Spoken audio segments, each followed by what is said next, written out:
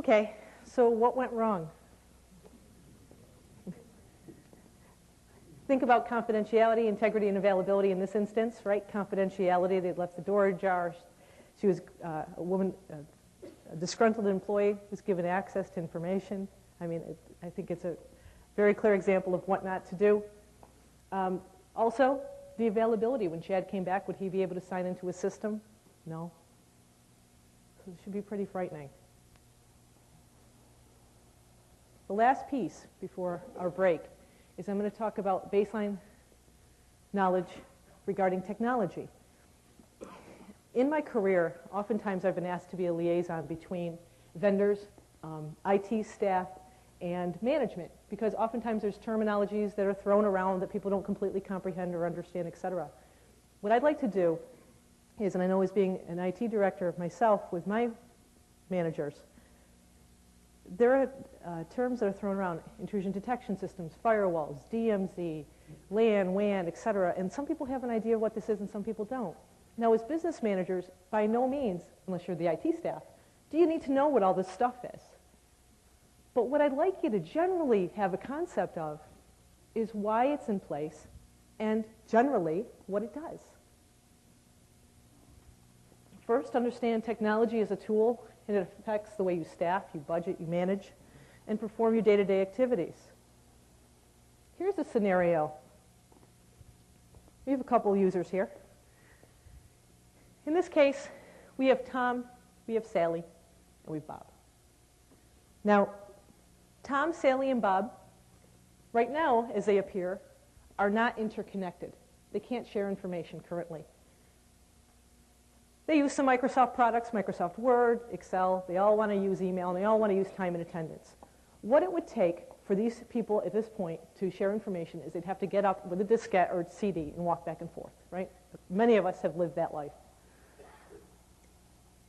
But with some components, general components, cable, and a box known as a switch, these individuals potentially can communicate if they have one more piece of hardware, a server. What a switch does is it filters and forwards information, and the server is where all of their shared files and applications can reside. That's it. It's as technical as I'm going to get. This scenario is known as a local area network. It's in one physical location. It's a LAN. Now, a couple things to consider. If any one of these individuals were to, let's say Tom or Bob, steps away from the PC and leaves it logged in and someone else sits down, or Sally downloads a screensaver off the internet and it's carrying a virus or Trojan, it will affect everyone because they're interconnected now. Now, one more piece of this. I had mentioned backup. As business managers, I hope that you will now start talking with your IT staff, if you haven't already, and just say, you know, these are my programs that are integral to me doing business. Where are they backed up, and are they backed up, et cetera? In this situation, let's say that Bob has some control issues, and he likes to keep all of his files on his PC. He doesn't want them out there anywhere. He doesn't trust anything. Now, day after day, this goes by, no matter how many times Bob's told to put his information on the server. What Bob doesn't understand is that regularly, someone comes in, takes the information off of the server, and puts it onto tape.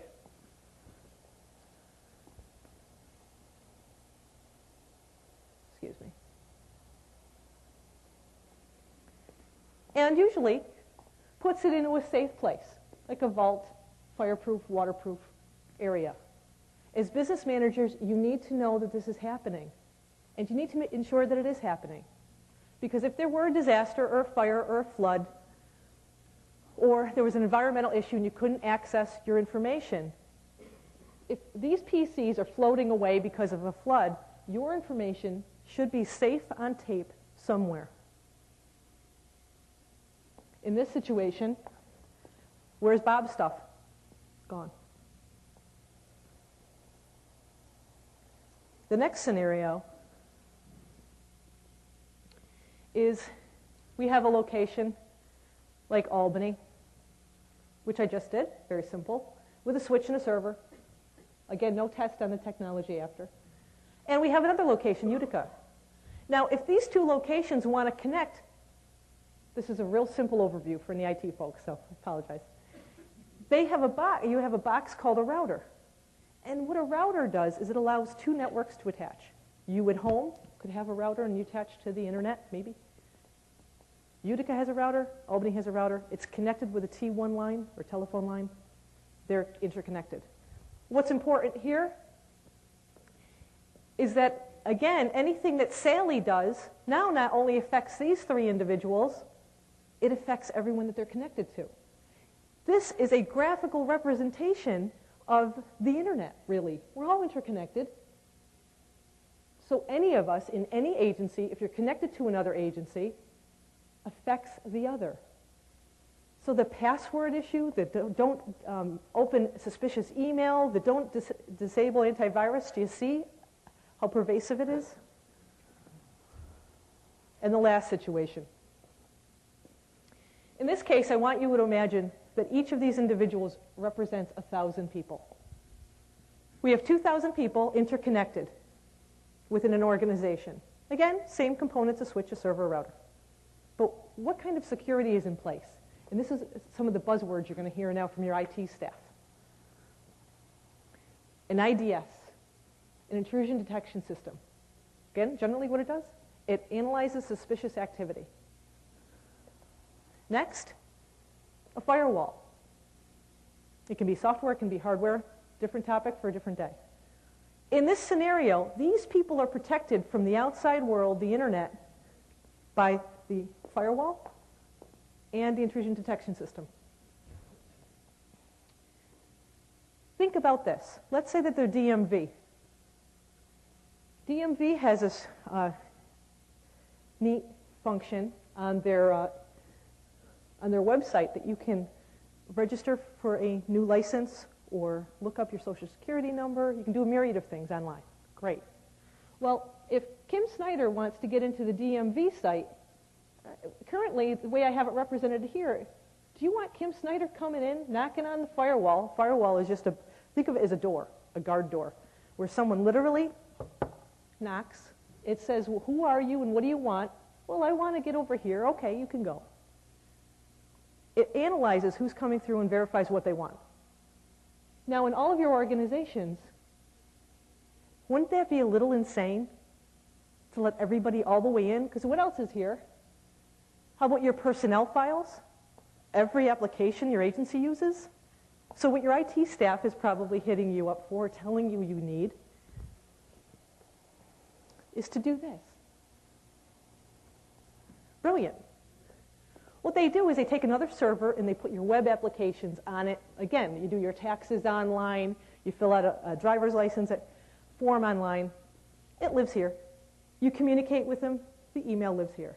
So now when Kim Snyder comes knocking, I knock on this firewall. It says, what do you want? Oh, I want to access your web, please. I want to access email. Okay, they'll let me in that far. They don't want to let me in here. You don't want to let me in here, do you? Does that make sense? Generally? Okay. Now again, why do you care? Well, as business managers, oftentimes, you need to understand how your data is protected, or you may be asked or understand where the money's going. Okay, now this area is known as a DMZ. We're pretty familiar with that from Korea. Demilitarization zone, demilitary zone, is a segmentation of 2 points. So, you're in a meeting and people start throwing around DMZ, firewall, IDS, intrusion detection system. You have some general idea? Okay, good. Now, to make it a little more complete and accurate for any techies in the group, this is what's recommended. The router attaches to the internet. This intrusion detection system analyzes suspicious activity. You have a firewall, you have your web applications, and then you have these people. Now, you can understand a little bit about what your technology group is facing, but I want you to think about this. You have all of this money, you have all of this technology thrown into this, and Lord knows you have IT staff managing and monitoring all of these boxes. And it's a lot of work. It doesn't just happen. You don't just plunk it in place, believe me. Well, Sally finds a cool website. She's out there surfing away, and she downloads a file. What does it do? It potentially, if it's a new virus or something and your systems group hasn't programmed these guys to understand it's an issue, it can come right in. So all of that work for nothing. Or Tom walks away from his PC and left alone, and now somebody walks in his office and sits down. This is even better. Tom has asked the IT group for a month to please get him a modem because he needs some dial-up service to do his work. And the IT staff hasn't responded, or it's taking them what seems to him to be forever. And he's like, oh my God, I could just go to Radio Shack, $30, I can buy one. What's the holdup? As a procurement coordinator in the Commonwealth years ago, people would come to me often and say, where's our stuff? What you don't understand, perhaps, is that any time you put a piece of hardware or software in an environment, that creates a potential hole. Remember that little list I was talking about, how hackers go out and they look and see what systems you have and services you have and what versions you have? So if you just go and take Quicken and pop it on your PC, it may have a hole in it. That's why IT takes so long. They need to understand what that does to the recipe. It's like all of a sudden you're baking a cake and you go, geez, I don't need yeast. I'll just add a little more. You can't. It's a fine-tuned machine. So if Tom adds a modem, I explained a little bit what that would do, but let me explain one more piece. That means Tom is connecting to the internet this way. Do you see anything missing? Where's the walls? Do you understand? So now there's no safeguards, and someone can hack into his PC. Dang, they go right there. They can skip all that fun stuff.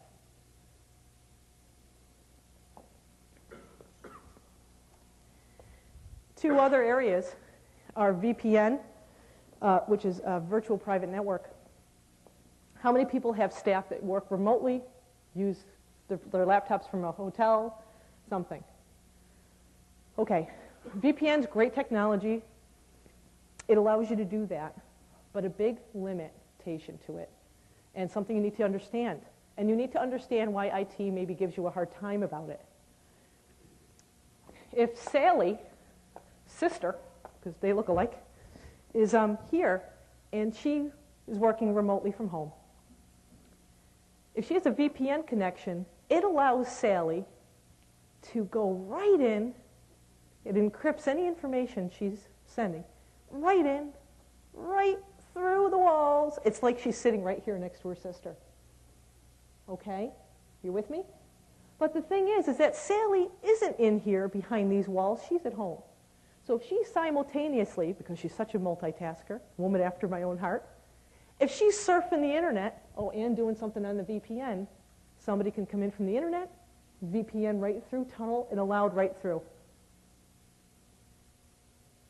So typically agencies have some sort of policies with VPN, like they have their users say, I will not just tunnel, when I use a VPN connection, I will only do business. I will get in and out as quickly as I can. Things to consider. I won't be simultaneously attached to the internet. I will not disable my antivirus. If she disables her antivirus or her PC has an issue, she's got a direct line in. Okay? And the last piece is wireless. Anybody have wireless technology now? We're looking into it. Okay, super. Again, terrific technology, but it has some limits as well. First, it's an immature technology. What I mean by that is everything isn't completely understood about the technology from a set-up perspective. Yes, you can use your laptops. You can use your Palm Pilots. That's great. And look, no wires. Let me give you a home situation. You have 2 laptops in your house. You just bought them. They're wireless. And you have Roadrunner. Oh, great. Look, no cables. You all can use and simultaneously use the internet. Everything that you're using and doing, if I drive by your house or within an 8-block radius and I have the right equipment, which is very inexpensive from Radio Shack. I can pick up everything that you're doing. The way wireless comes packaged, it's simple to set up. And the defaults, which are the basic settings that they recommend, that are set to these wireless components, are understood by hackers. So if you just do the standard configuration, or you don't change them or look into it or investigate it, then all of your information can be picked up by somebody within the 8-block radius. That is called war driving. People actually get in vans, they have laptops, they have equipment, and they zip around corporate parks, government buildings, and they intercept information. So what can you do? In your organizations, just like VPN, use it. It's great technology. But you need to talk to your IT staff and understand the risks. You also need to talk with your information security officer, and you need to make a concerted effort to implement it appropriately. That's what all of this is about.